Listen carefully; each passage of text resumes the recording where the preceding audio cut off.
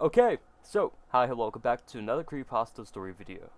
Today Creepypasta I'm reading is called The Secret Room, but before I get into it, I do want to say a few things. First off, the video is one take, so if you hear me stumble, mumble, fumble, and that's my words, I am sorry.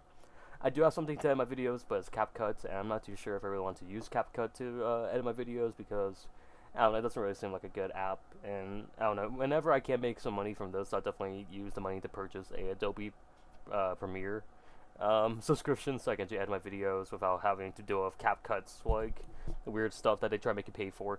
So yeah. The second thing I do want to say, please consider using code GOONS at gamersubs.gg. It's code GOONS, and you can use that to get 10% off at checkout. Okay, so outside that, let's get into it. This creepypasta is called The Secret Room. Let me put the photo up, and let's get into it.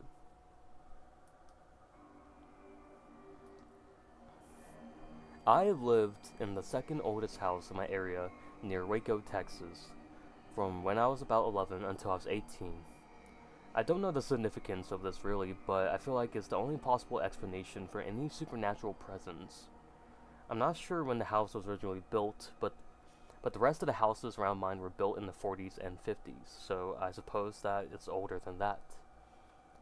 The house seemed normal when we first moved in. Only two families have lived there over the years, so it wasn't like there was a high turnover rate. In fact, no one really noticed or mentioned anything supernatural with the house. However, there was a secret room. This room was actually a selling point for my parents to help us deal with moving. Even though my dad was in the military, we had lived at our past house for quite a while and didn't want to move, so of course when my parents said that there was a secret passage connecting one of the possible bedrooms of a secret room, we became excited about the new house. My sister and I fought for it, but I won. Because the other bedroom already had flower wallpaper up. When I first saw my room, I went straight to the closet to see the secret door. The secret door wasn't really secret. It was right in the back of the closet and plain to see. However, it was a lot smaller than any normal door.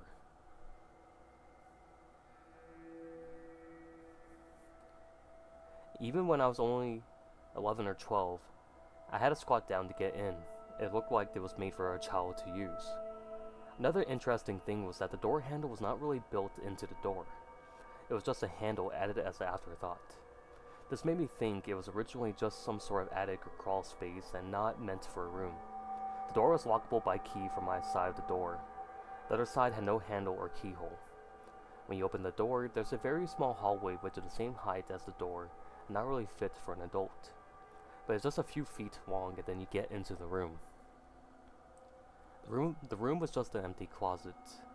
The room was just an empty room added above the garage of the house.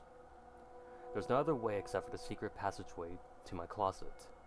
There are no windows, one light with a string used to turn it on, hanging from the ceiling, and the room was completely white with seemingly new wallpaper. There was no furniture or anything left inside the room from the previous owners. In fact, I don't think the previous owners used it at all. I believed it was sealed before or soon after they moved in, and wasn't touched since then. Since it was pretty dusty, but who knows. The lock did seem very old and I had a hard time moving as if it was rusted or the wood was warped or something. Now, my parents thought the room could be me and my sister's own little toy room, or whatever, when they first saw it. But after moving in, they had second thoughts. I'm not sure what it was, but they said it was because they wouldn't be able to hear us if we got hurt in that room, since it was so detached from the rest of the house. Of course, since we want our own secret room so badly, they gave in, but said that we had to tell them when we were playing in there, and we had to keep the door to my room, my closet, and the secret room open at all times when we were there.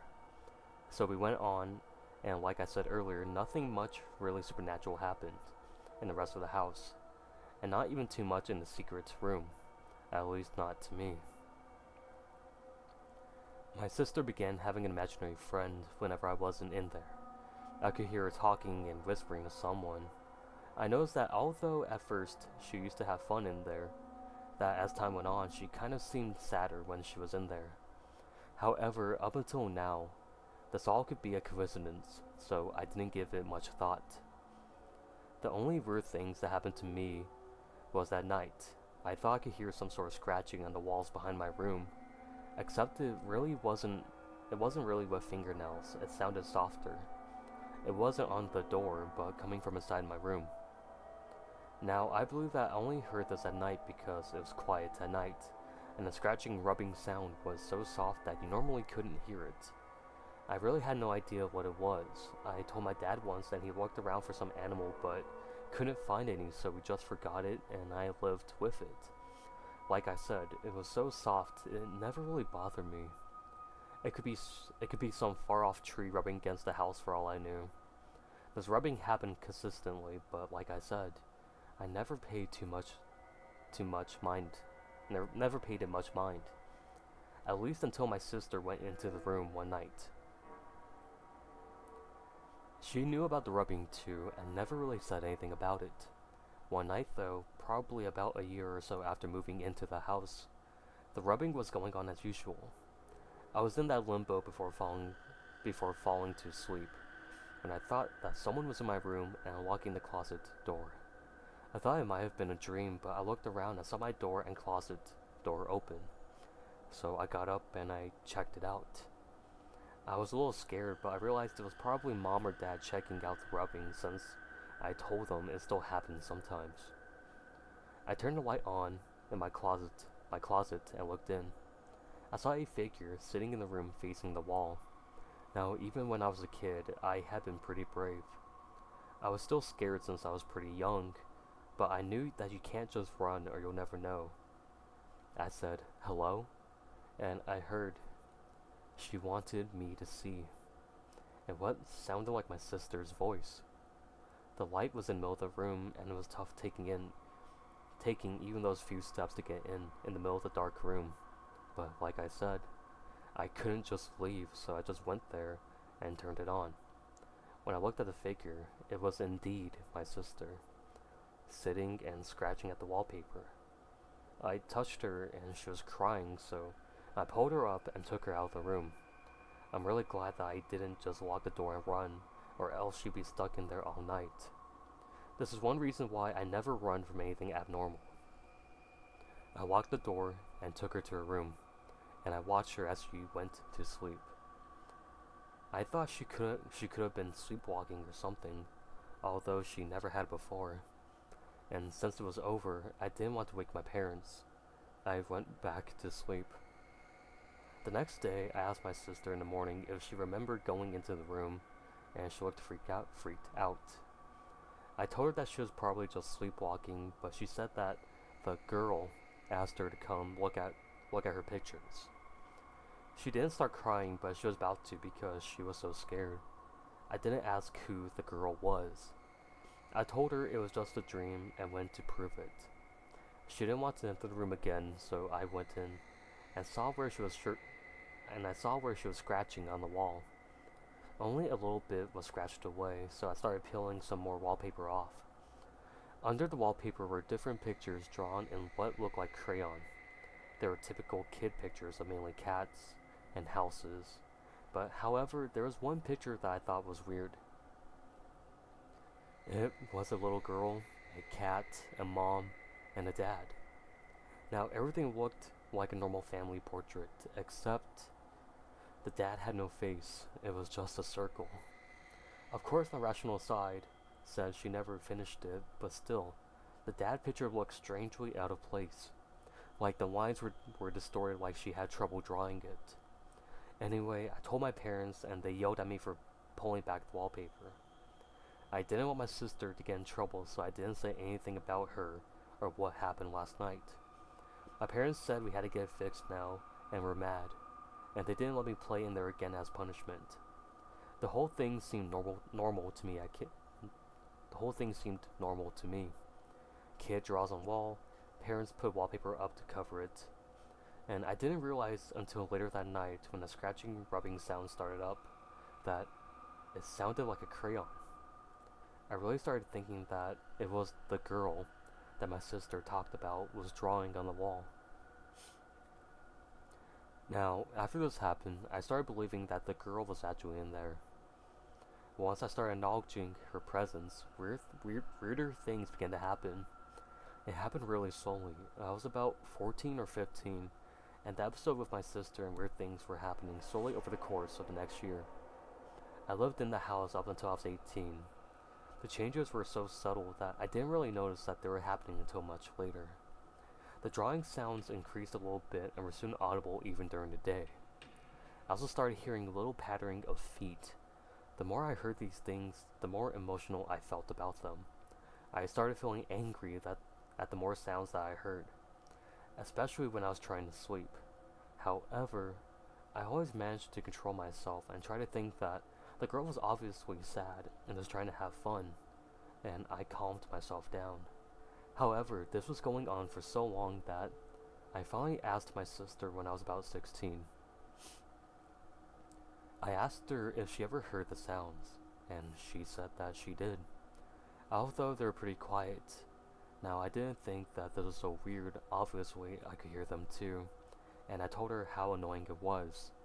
She kind of looked at me as if she was hurt, and said that every time she heard the sounds, she felt really sad.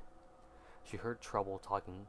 She had trouble talking about it, but I told her that this is pretty important since it's going to affect the rest of my years left in the house. She told me that the girl was the girl that she used to talk to when she played in the room. She didn't know her name, but they used to play together. She said she looked just like a little girl about her age, so they had fun together. However, as my sister got older, the little girl seemed to get older too, except very unnaturally. It was subtle at first, but soon she began hating seeing her. She said she looked as if she shouldn't have been alive anymore. I didn't really know what that meant. My sister said she wore the same dress the whole time, and even when the girl grew out of it, I asked her why she went into the room that one night to find the pictures. And she said she really didn't want to, but the girl made her feel so sad, and she'd do anything to help her out. However, this still freaked her out, and I didn't ask any more questions. Things got worse every night, and I hated hearing the sound. I was so mad that she wouldn't just shut up so I could sleep. The weird thing was, I was scared at the same time, since I knew that whatever it was in there wasn't actually alive anymore. And what also freaked me out was that the sound didn't annoy my sister, but I guess she had more tolerance than I did.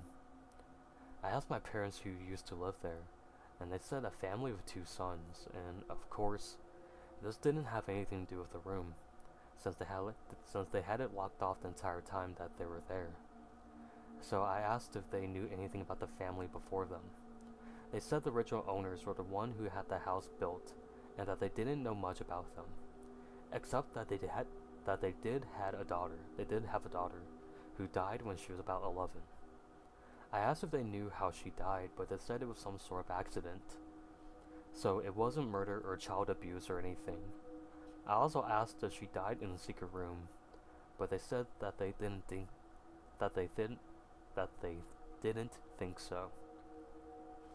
I really think that this was the girl in the room, although I have no idea why she inhabited it still. Once I knew this, I sort of had an idea with what I was dealing with.